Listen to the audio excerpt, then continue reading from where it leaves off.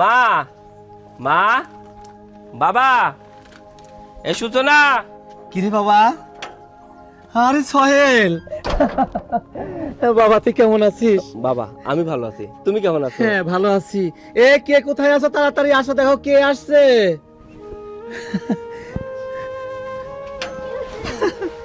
মা, আরে বাবা, কেমন আছো তুমি? আলহামদুলিল্লাহ। তুই কেমন আছিস? মা আমি অনেক ভালো আছি। ভালো আছো তুমি? হ্যাঁ, তুমি কেমন আছো? এই তো ভালো। আমার না বিশ্বাসই হচ্ছে না, তুমি সত্যি সত্যি দেশে চলে আসছো। হ্যাঁ, তুমি তো জানোই আমি অনেক দিন ধরে প্রবাসে আছি। এতদিনের মধ্যে একবারও বাড়িতে ঈদ করতে পারি নাই। এবার ভাবলাম যে ঈদটা দেশে যাই করি। ও আচ্ছা, তাহলে তো ভালো মজা হবে। এবার একটু একটু স্পেশাল হবে, তাই না আম্মা? হ্যাঁ, কারণ আমারও না অনেক ইচ্ছা করে যে আমরা সবাই মিলে ঈদ কাটাবো, কিন্তু তুমি তো থাকোই না। প্রতিবার প্রবাস থেকে শুধু টাকা পাঠিয়ে দাও আর সেগুলো দিয়ে আমরা শপিং করে ঈদ কাটাই। বৌমা যাই বলো, এইবারের ঈদটা কিন্তু আমাদের একেবারে অন্যরকম হবে। আমরা পরিবারের সবাই মিলে ঈদ উদযাপন করব। আচ্ছা, সবই তো বুঝলাম, তো বলছি কি এই গেটে দাঁড়িয়ে দাঁড়িয়ে কি শপিং ঈদ সব প্ল্যান করে ফেলবে? হ্যাঁ, আর একটা জিনিস, ঠিক আছে আমাকে বললাম না বুঝলাম, তবে আব্বাকে তো অন্তত বলতে পারতা। আব্বা যে তোমাকে নিয়ে আসতো। আরে যদি আমি আব্বাকে ফোন করে বলতাম তাহলে দেখা গেল তোমরা পরিবারের সবাই মিলে আমার জন্য এয়ারপোর্টে যা অপেক্ষা করতেছো। জানো আমি তোমাদেরকে সারপ্রাইজ দেওয়ার জন্য বলি নাই, আরো একটা বড় সারপ্রাইজ, যে আমরা পরিবারের সবাই মিলে ঈদ করব। আমি কিন্তু অনেক স্বপ্ন নিয়ে আসছি। আমি তো পরিবারের সঙ্গে ঈদ করতে পারি না। প্রত্যেকটা প্রবাসী চায় যে বাড়িতে গিয়ে ঈদটা পুরা পরিবারের সঙ্গে কাটাইতে, কিন্তু আমরা চাইলেও তো পারি না। আমি বসকে অনেক কয়ে বলে রাজি করছি, মাত্র 2 মাসের ছুটি দিছে শুধু ঈদটা উদযাপন করার জন্য। আচ্ছা যাই হোক, 2 মাস কিন্তু কম সময় না, অনেকটা সময়। তবু এবছর তোমার সাথে ঈদ করতে পারবো, এটাই তো অনেক। আর এইবার ঈদটা না অনেক স্পেশাল হবে আমার কাছে। আর 2 মাস তার মানে ঈদের পর ঘোরাঘুরি করা যাবে। বলি কি এখানে দাঁড়িয়ে দাঁড়িয়ে কথা বলবো নাকি ভিতরে যাব? বৌমা কথা এখন বাদ রাখো, আমার ছেলেটা অনেক দূর থেকে আসছে, ভিতরে নিয়ে চলো। তা অবশ্য ঠিকই বলছেন।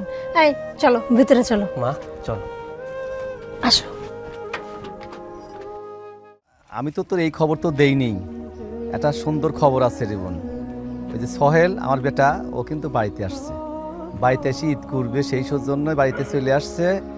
আর জানিস সোহেল তো প্রতি মাসে অনেক অনেক টাকা পাঠায়, আর বাড়িতে আসছে ঈদের সৌজন্য, যে অনেক টাকা পয়সা নিয়ে আইছে, অনেক জিনিসপত্র নিয়ে আইছে। আরে শুনিস না কেন, কান পেতে শোন। শোন, আমি তো বায়না ধরেছি, আমি তো লিস্ট করে দিছি। আচ্ছা তোর কি কি দরকার তুই একটা লিস্ট কর, লিস্ট করে আমার কাছে পাঠায় দে। আর ঈদের সৌজন্যে তো আসতেছিসই, আর আসলে সব হবে, কোনো সমস্যা নেই। হ্যাঁ, আর ওই যে ভাগ্নিকে তুই রিং দে, বলতো ও কোনো জিনিসের দরকার আছে কি না। ও হ্যাঁ হ্যাঁ, বুঝতে পারছি। মোবাইলের দরকার, আচ্ছা আচ্ছা। আবার যে তোর বিটিটা পড়াশোনা করে কলেজে, আচ্ছা সব হবি সব হবি, সমস্যা নেই। আচ্ছা ও 3 পিস নিবে। আছে তোর বিটি কি পাশে আছে? নাই? আচ্ছা আচ্ছা ঠিক আছে, তুই ওদেরকে বল। আর সবাইকে আমি দাওয়াত করব, আমার বাড়িতে ঈদের সৌজন্যে ধুমধাম হবে। তুই আপাতত 5-7টা দিন কিন্তু থাকতেই হবে তোদের, আমার আশা। হ্যাঁ, আমি সবাইকে একখানে করতেই পারি না। হ্যাঁ হ্যাঁ হ্যাঁ, ঠিক আছে বোন, ঠিক আছে, ওকে। ওয়ালাইকুম আসসালাম। সবাইকে যদি ঈদের সৌজন্যে কিছু দিতে পারি, বাড়িতে আনতে পারি, খাওয়াতে পারি, নিজের কাছে খুব ভালো লাগবে। আর ফুবুদের যে একটা লিস্ট দিবে, এটা সোহেলকে যা জানাই, সোহেল যেন ওদের জন্য একটা ব্যবস্থা করে।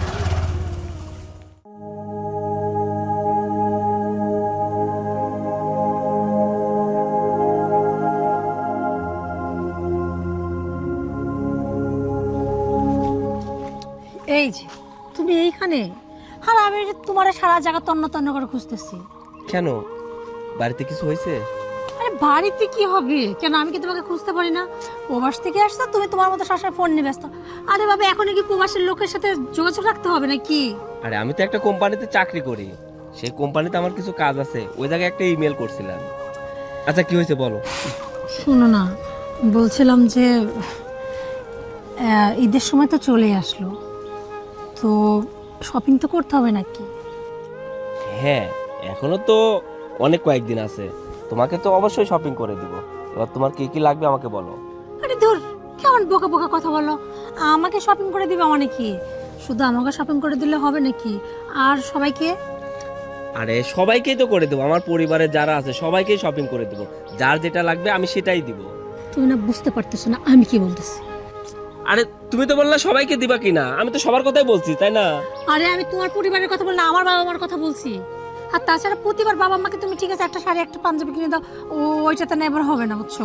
তুমি এতদিন পর প্রবাস থেকে আসতো, এবার আমাদের সাথে ঈদ করবো। এখন যদি ওই পরিবারের সবাইকে যদি শপিং না করে দিই, বিষয়টা কেমন দেখা যায় না?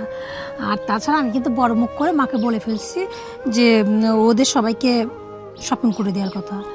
আর শুনো, আব্বা মা ভাই, তারপরে যে ছোট ভাইয়ের বউটা, আমার বোনটা রয়েছে, ওর ছেলে মেয়ে রয়েছে, সবাইকে না শপিং করে দিতে হবে। আচ্ছা, আমি তো একজন প্রবাসী তাই না, আমি তোমার বাবা মাকে দিব, কিন্তু তোমার অল পরিবারকেই দিতে হবে? এই এত কিপটামো করো কিসের জন্য?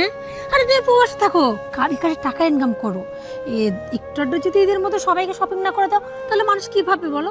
প্রবাস থেকে শৈলে এত এত টাকা ইনকাম করে, অথচ কি কিপটা ঈদের মধ্যে আমাদেরকে শপিং করে দিল না। আমি ওইসব জানি না, সবাইকে শপিং করে দিতে হবে বাস। আচ্ছা, আমি সবাইকে শপিং করে দিব, কার কি লাগবে আমাকে একটা লিস্ট ধরাই দিও। এই সত্যি বলতেছো? হ্যাঁ সত্যি বলছি। তাহলে এক কাজ করি, হ্যাঁ আমি যাই মাকে ফোন করে বলি।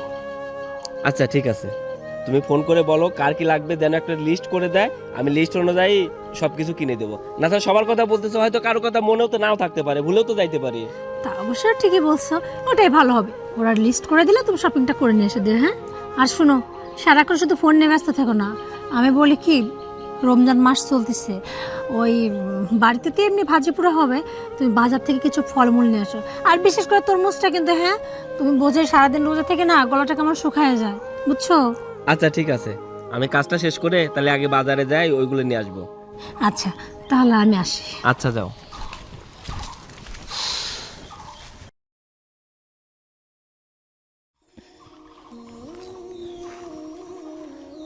হ্যালো মা, হ্যাঁ কেমন আছো? এই তো আমিও ভালো আছি। হ্যাঁ হ্যাঁ, তোমার জামাই বাসার সবাই ভালো। না মা, বোঝোই তো, তোমার জামাই আসছে, ঈদে আবার তোমার ওখানে করা হবে না। আচ্ছা ঠিক আছে, ঈদের দিন বিকালে তোমার জামাইকে সঙ্গে করে নিয়ে যাব। শোনো, আমি যে কারণে তোমাকে ফোন দিলাম, বিষয়টা হচ্ছে এইবার ঈদে আমি তোমার জামাইকে বলছি যে সবাইকে ঈদের শপিং করে দিতে। তোমার জামাই তো সবাইকে শপিং করে দিবে বলছে। তোমার জামাই বলছে কার কী কী লাগবে সেটা লিস্ট করতে। হ্যাঁ, তুমি এক কাজ করো, তোমার বাবার ভাইয়ের, তারপর ভাবির, তারপর ওই যে সোনিয়ার, ওর বাচ্চা কাচ্চা আছে না, সবার জন্য তুমি লিস্ট করো কার কী লাগবে।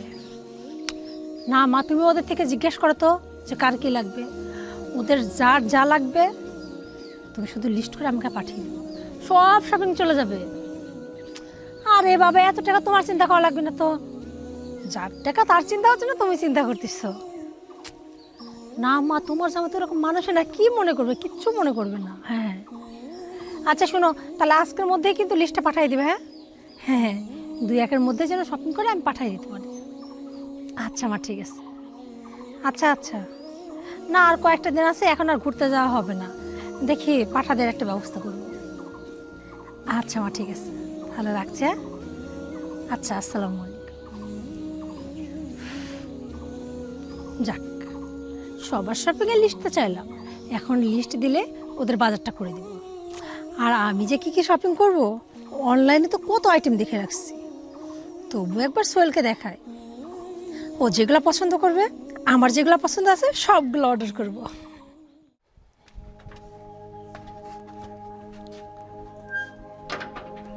কিরে বাবা, চলে আসলি বাজার থেকে? হ্যাঁ বাবা, ওই গেছিলাম কয়েকজন বন্ধু বান্ধবের সঙ্গে দেখা করতে। যাক, ভালোই হয়েছে। আমি তো তোর সঙ্গে একটু কথা বলতে চাচ্ছিলাম। বলো বাবা। এই যে তুই প্রবাস থেকে অনেক দিন পর বাড়িতে আসছিস ঈদ যাপন করতে, এখন ঈদের একটা কি মজা, তাই না? সবার জন্যই তো। হ্যাঁ বাবা, সবার সঙ্গে ঈদ করব, পরিবারের সবাই মিলে একসঙ্গে ঘুরবো, এটা তো অনেক আনন্দের বিষয়। তুই যে আইছিস বাড়িতে, তোর ফুপুরা এটা জানে।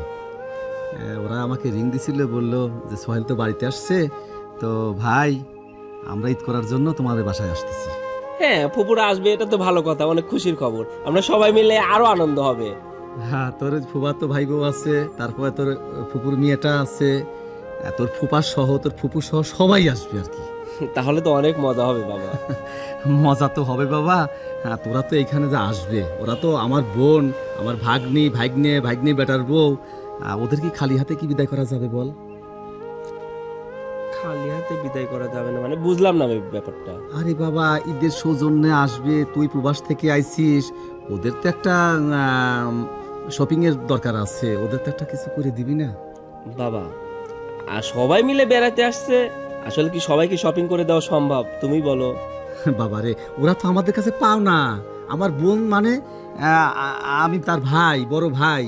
বাবা যদি না থাকে, সে দায়িত্ব বড় ভাই পালন করতে হয়। তুই আমার ছেলে, তুই অনেক টাকা কামাই করছিস, ওরা জানে, ওদেরকে কিছু না দিলে কি হয় বল? আচ্ছা বাবা, তুমি যে কি বলো না, আমি যখন প্রবাসে ছিলাম, এই যে ফুপুর জন্য, ফুপার জন্য আমি কি শাড়ি পাঞ্জাবি কিনে দিই না? দিই তো মাঝে মাঝে, সব সময় যে দিতে হবে এমন তো কোনো কথা নেই।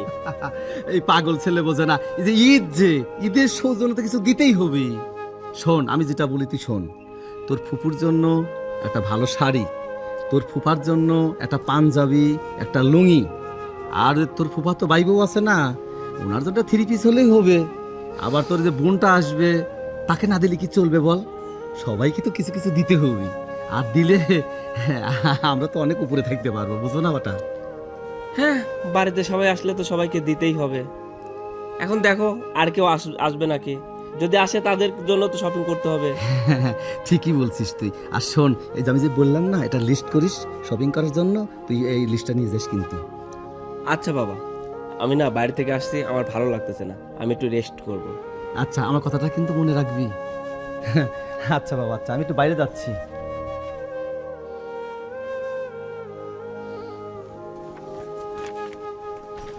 এই যে শোনো না, তুমি ওই যে বলছিলা না যে কে কি নিবে সেটা একটা লিস্ট করতে, হ্যাঁ, লিস্ট তো চলে আসছে। কি বলো, এত তাড়াতাড়ি? আমি বলছিলাম যে যত তাড়াতাড়ি সম্ভব দিতে, এইটা করে লিস্ট করছে, আমি অলরেডি লিস্টটা লিখে আবার তোমার সামনে নিয়ে আসলাম।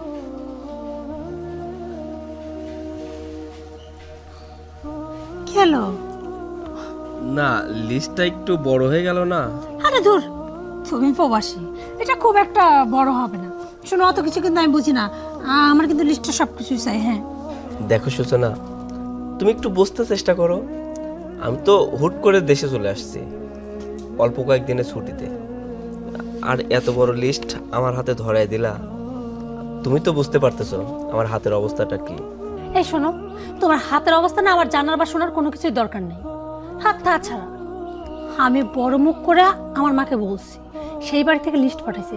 এখন যদি কোনো জিনিসটা কমতে হয়, তাহলে কি আমার মুখটা থাকবে? আমি অত কিছু জানি না, আমার প্রত্যেকটা জিনিস চাই মানে চাই। আর যদি আমার মুখ ছোট করছো না, তাহলে কিন্তু আমি এই বাড়িতে ঈদ করবো না, সোজা বাপের বাড়ি চলে যাবো। এটা হচ্ছে আমার লাস্ট কথা। আচ্ছা, তোমাকে যাইতে হবে না, আমি চেষ্টা করে দেখি সবার শপিং করে দিতে পারি কিনা। এই চেষ্টা কি? হ্যাঁ, এটা কি কোটি কোটি টাকার মানে ইয়ে লিখছে নাকি শপিং লিখছে? এমন ভাবে বলছে মনে হচ্ছে কোটি টাকার জিনিস চাইছে। শোনো, আমি এইসব কিছু জানি না, আমার এগুলো 2 দিনের মধ্যে চাই মানে চাই। এখন কিভাবে কোথা থেকে পাবা সেটা তুমি ভালো জানো, আর তা না হলে বুঝতেই পারতেছো। আমি কাউকে বুঝাইতে পারতেছি না যে আসলে আমার কাছে এত টাকা নেই, আমি কিভাবে এত শপিং করে দিব।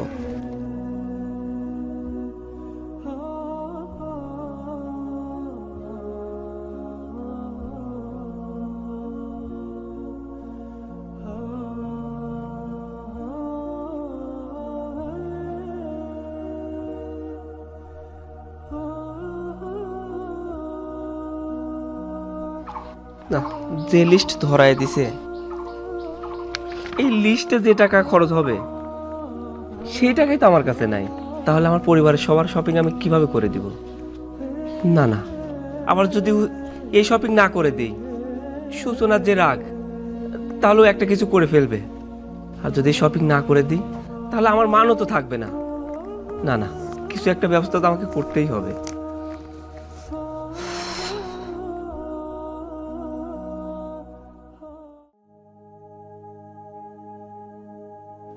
সোহেল,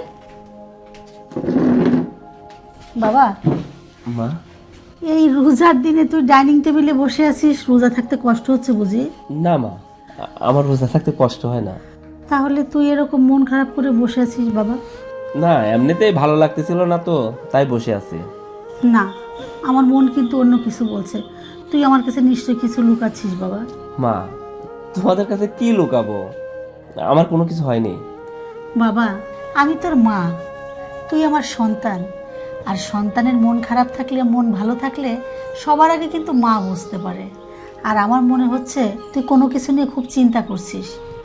না মা, আমার তেমন কিছু হয়নি। এমনি শরীরটা ভালো লাগতেছিল না তো, তাই এই জায়গায় বসে আছি। বাবা, তুই বললে তো হবে না। দেখ, তোর কি হয়েছে তুই বল তো আমাকে বাবা। মার কাছে কিছু লুকাতে হয় না রে পাগল। মা, তুমি তো জানো আমি প্রত্যেক মাসে বাড়িতে টাকা পাঠিয়ে দিই। আর আমি হুটহাট করে দেশে চলে আসছি। আর আসার আগে সবার জন্য কিছু না কিছু নিয়ে আসছি। আসার আগে শপিং করতে আমার সব টাকা ফুরায় গেছে। আমি অল্প কিছু টাকা নিয়ে আসছি যে শুধু ঈদটা করব। কিন্তু বাড়িতে আসার পরে সবাই লম্বা লম্বা লিস্ট ধরায় দিচ্ছে। সূচনাকে বলছিলাম যে তোমার যেটা ইচ্ছা সেটা আমি শপিং করে দিব। ও তার পুরা পরিবারের লিস্ট আমার হাতে ধরাই দিছে। বাবার সঙ্গে দেখা হলো, বাবা বলল ফুপুরা নাকি আমাদের বাড়িতে ঈদ করতে আসবে। আমাকে লম্বা একটা লিস্টের গল্প শোনায় দিল। কিন্তু বিশ্বাস করো মা, ওদের সবাইকে যে শপিং করে দিব সেই টাকা আমার কাছে নেই। তাহলে আমি কি করব বলো? আমি না পারতেছি তাদেরকে বলতে যে আমার কাছে টাকা নেই। বললেও কেউ আমার কথা বিশ্বাস করবে না। আবার না পারতেছি ওদের সবাইকে শপিং করে দিতে। আমি কি করব কিছু বুঝতে পারতেছি না বাবা, আমার মনে হয় এই দেশে আসাটাই ভুল হয়ে গেছে। এমন করে বলিস না। আরে তোর মা আছে না, তুই কেন চিন্তা করছিস? তোর মা যখন তোর পাশে আছে, তোর কোনো চিন্তা নেই। মা, তুমি কি করবা? টাকার কথা তো মুখে করলে হয় না। এখন অনেক টাকা লাগবে, কিন্তু আমার কাছে তো কোনো টাকা নেই। আমার দুষ্টু ছেলেটা কত চিন্তা করছে। বলছি তো তোর মা আছে। শোন, আমার কাছে কিছু টাকা আছে। মা, তোমার কাছে টাকা আছে মানে? তুমি টাকা কোথায় পাইলা? এই যে আমার পাগলটা আমাকে প্রতি মাসে যে হাত খরচ দিত, এটা তো আমি খরচ করি না, এটা আমি জমায় রাখছি বাবা। কি বলো মা? এটা তো তোমার ওষুধ খাওয়ার জন্য তোমাকে দিয়েছিলাম, তুমি খরচ করবা, কিন্তু সেই টাকা তুমি খরচ করোনি। না, আমি একটি টাকাও সেখান থেকে খরচ করিনি। এই টাকাগুলো তুই নিয়ে তোর ইচ্ছা মতো সবাইকে শপিং করে দিবি, ঠিক আছে? মা, তুমি যে আমাকে কি বিপদ থেকে উদ্ধার করলে সেটা আমি ভাষায় প্রকাশ করতে পারবো না। বাবাটা আমার, আমি আছি না, মা থাকতে চিন্তা করতে হয় না। আই শোন, একদম কিন্তু আমার সামনে মন খারাপ করবি না। টাকা আছে, টাকা নিয়ে যা, শপিং কর, যা। মনে একটু হাসি খুশি রাখ বাবা। ঠিক আছে মা, তুমি টাকাটা আমাকে দাও, আমি সবার শপিং করে দিব। আচ্ছা ঠিক আছে, আর চিন্তা করো না বাবা আমার। শোনা ছেলে, তুই বস, আমি টাকাটা নিয়ে আসি। আচ্ছা।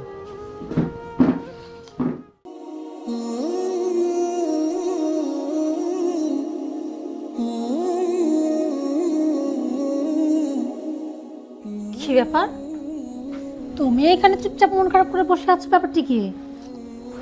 এমনিতেই বসে আছি, কি করব, বাড়িতে তার কোনো কাজ কাম নেই, তাই তাকে বসে আছি।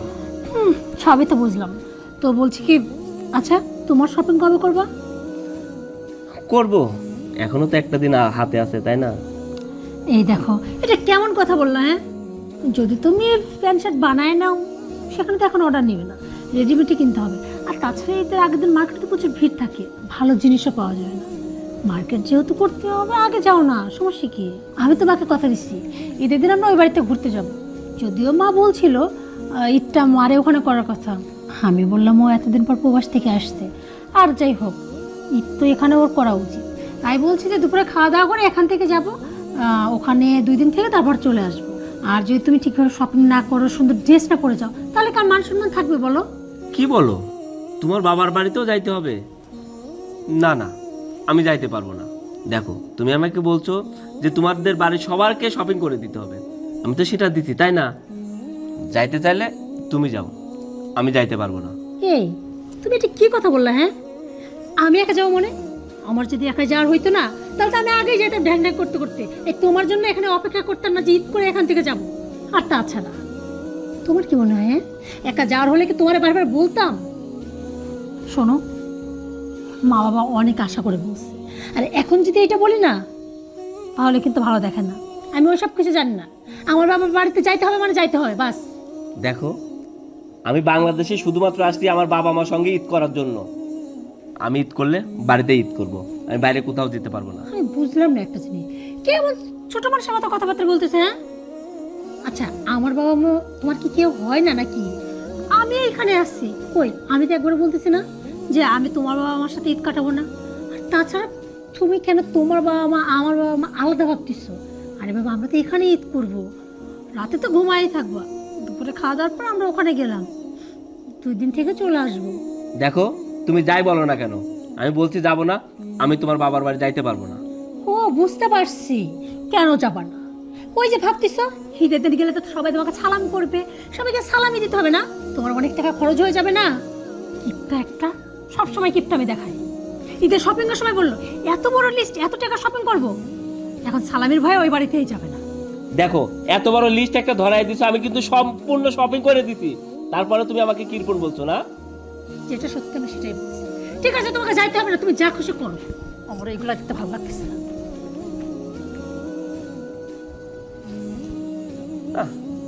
আমার কোনো কিছু ভালো লাগতেছে না। আমার মনে হচ্ছে যে এই দেশে ঈদ করতে আসাটাই আমার ভুল। আমার মনে হচ্ছে আমি এখনই আবার প্রবাসে চলে যাই।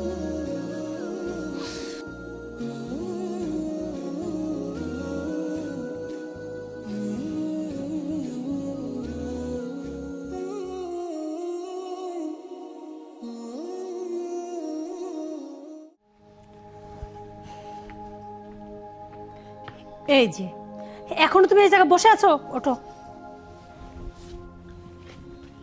এদিকে আসো। এই, তোমার কি কোনো আক্কেল জ্ঞান নেই? তোমার বারবার বলছি যে আমরা মার বাড়িতে যাব, আর তুমি কি করতেছো? আর আমি এখানে এসে বসে আছি। তুমি এইখানে আসো কিন্তু তোমার মনটাই প্রবাসে পড়ে আছে, আর আমার কোনো কথা তো তোমার মাথায়ও লাগে না, কানেও লাগে না। তোমাকে আমি বলছি না যে আমি কোনো জায়গায় যাব না, এই বাড়িতে ঈদ করব? আচ্ছা, আমি এরকম থাকলে তোমার সমস্যাটা কোথায় সেটাই তো আমি বুঝলাম না। তোমার সব চাহিদা তো আমি পূরণ করে দিয়েছি, তাই না? সব চাহিদা পূরণ করছে? আরে কি চাহিদা পূরণ করছে? শুধু একটু শপিং করে দিলে সব চাহিদা পূরণ হয়ে গেল? আর তাছাড়া তোমার এত বড় বড় পরেও তুমি ওই বাড়িতে যাচ্ছ না কেন? সালামি দিতে হবে সেই কিপটামের ভয় না? আরে কিপটামি করতে করতে মানুষের একটা লিমিট থাকা চাই, তোমার তো সেই লিমিটটাও ক্রস করে ফেলছো। কি করলা? ঈদের মধ্যে একটা পোশাক মতো নিজের নিলা না কেন, যাতে ওই বাড়িতে না যেতে হয় আর তোমার সালামির টাকাও না দিতে হয় না? আমার পোশাক নিয়ে নেই সেটা ঠিক আছে, তোমাকে তো কিনে দিয়েছি, তাই না? এই আমাকে কিনতেছে তাতে কি হয়েছে? কিপটা মানে একটু কম করে করো, শুনছি প্রবাসীরা কিপটা হয়, তোমাকে দেখে না এখন হাড় টের পাচ্ছি। হ্যাঁ বৌমা, ঠিকই বলেছো, আমার ছেলেটা না খুব কিপটা, সর্বোচ্চ কিপটা যদি থাকে সেটা হলো আমার ছেলে। বৌমা, আমার জানা মতে এই পৃথিবীতে সন্তানের দুঃখ বোঝে সবচেয়ে আগে মা, আর তারপরে যদি কেউ থাকে সে হলো তার বউ। আমি ভেবেছিলাম তুমি অন্তত ওর মনের কথাটা বুঝবে, যে আসলে কিসের জন্য নীরব আছে, ঝিমায় থাকতেছে, কোথাও যেতে চাচ্ছে না। তোমার মধ্যে যে এই বোধটুকুও নাই সেটা আমি ভাবতে পারছি না বৌমা। আসলে তোমাদের মতো শিক্ষিত মেয়েরাও যে এত ভুল করে, স্বামীর মনের কথা বুঝতে পারে না, এটা আমার জানা ছিল না। মা, এগুলো বাদ দাও। ও কখনো আমাকে বোঝেনি, বোঝার চেষ্টাও করেনি, আর কখনো বুঝতেও পারবে। সোহেল, তুই আমাকে আজ থামাস না বাবা, আমাকে বলতে দে। আমি যদি না বলি তাহলে বৌমা জানবে কোথা থেকে তোর কষ্টটা। শোনো বৌমা, এই যে আমার সোহেল প্রবাস থেকে আসছে পরিবারের সবার সাথে ঈদ করার জন্য, ঘুরবে ফিরবে, আনন্দ করবে, মজা করবে, এটাই ছিল ওর উদ্দেশ্য। আর সেজন্য এত কষ্ট করে প্রবাস থেকে বাংলাদেশে আসছে। আর আমার সোহেল আজকে মন খারাপ করে বসে আছে। কেন বসে আছে একবারও কি জানার চেষ্টা করছো তুমি? শোনো, ওর কাছে যে টাকা ছিল আসার সময় শপিং করে নিয়ে এসছে, পর্যাপ্ত টাকা পয়সা ওর কাছে নেই। আর তোমরা যে যার যার মতো ওকে বড় একটা লিস্ট ধরিয়ে দিছো। ও না পারতেছে শপিং করতে, না পারতেছে কারোর মন রাখতে।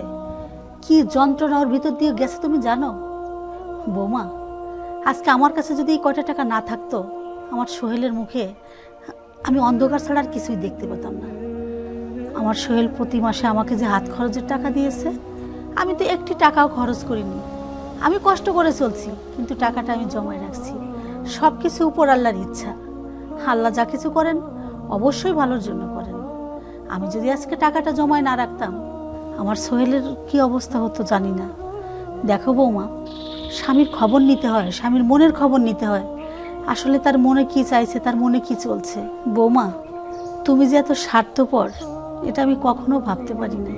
আর এটা ভাবতেও আমার কষ্ট হচ্ছে যে আমার ছেলের বউ শুধু তার স্বার্থটাই দেখলো, আর স্বামীটা কি অবস্থায় আছে, কেন কিপটামো করতেছে, কেন শ্বশুরবাড়ি যেতে চাচ্ছে না, তার নিজের জন্য একটা গেঞ্জি পর্যন্ত কিনলো না। একটা বড় বুঝলে না তুমি? কেন বৌমা? বউ যদি স্বামীর মনের খবর না বোঝে তাহলে কে বুঝবে বলো?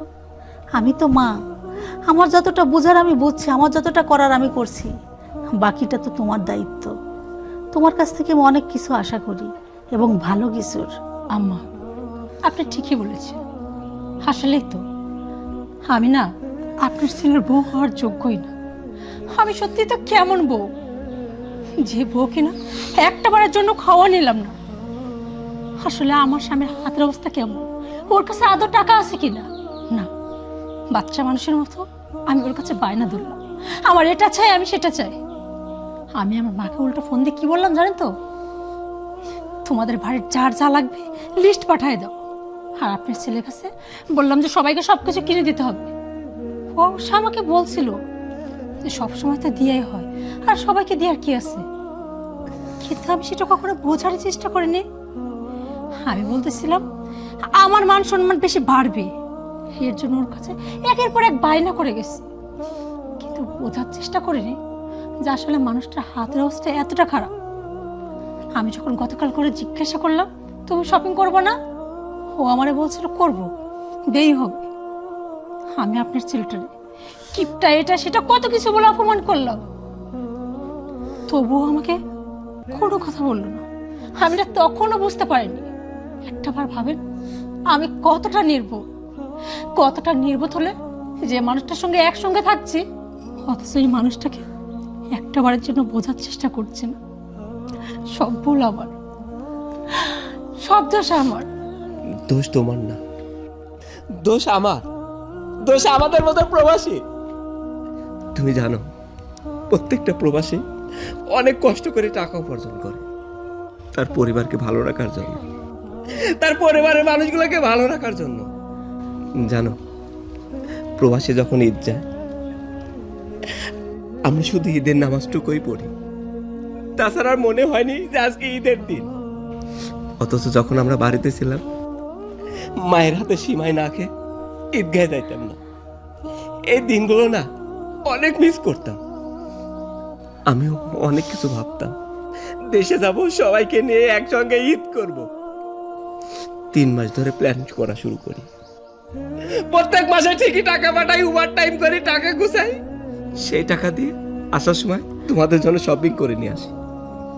কিন্তু বাড়িতে আসার সময় বিশ্বাস করো আমার কাছে বেশি টাকা ছিল না, অল্প কিছু টাকা ছিল। আমি ভাবছিলাম এই টাকা দিয়ে শুধু ঈদটা পার করব। কিন্তু বাড়িতে আসার পরে তোমার চাহিদা, বাবার চাহিদা, সবার বড় লম্বা লম্বা লিস্ট, সবাইকে শপিং করে দেওয়ার মতো আমার কাছে কোনো টাকা ছিল না। আমি মন খারাপ করে বসেছিলাম, কিন্তু আমার মা আমার মনের খবরটা বুঝতে পারছে। তারপরে মায়ের জমানো কিছু টাকা আমাকে দে, সেই টাকা দিয়ে তোমাদের শপিং করে দিই। তুমি আমাকে বারবার বলতেছিলে না, সোহেল তুমি শপিং করনি কেন, তুমি শপিং করনি কেন? আরে শপিং কি দিয়ে করব, আমার কাছে তো কোনো টাকা নেই। আর তুমি আমাকে উল্টা কি বললা, আমি তোমার বাবার বাড়ি যাচ্ছি না তাদের সালামির টাকা দেওয়ার জন্য, তাদের সালামির ভয়ে। একজন প্রবাসীর কষ্ট কোনো পরিবারই বোঝার চেষ্টা করে না। প্রত্যেকটা প্রবাসী চায় বাড়িতে যে প্রিয় মানুষগুলোর সাথে ঈদ কাটাইতে, কিন্তু পারে না। জানো প্রবাসীরা আসার আগে 6 মাস ধরে পরিকল্পনা করে বাড়িতে যাব, প্রত্যেক আত্মীয় স্বজনের জন্য কিছু না কিছু গিফট নিয়ে আসবো। কিন্তু আমরা প্রবাসীরা যখন দেশে আসি, আসার পরে আত্মীয় স্বজনের হাতে একটা সাবান, একটা স্যান্ড, একটা শ্যাম্পু ধরাই দিই।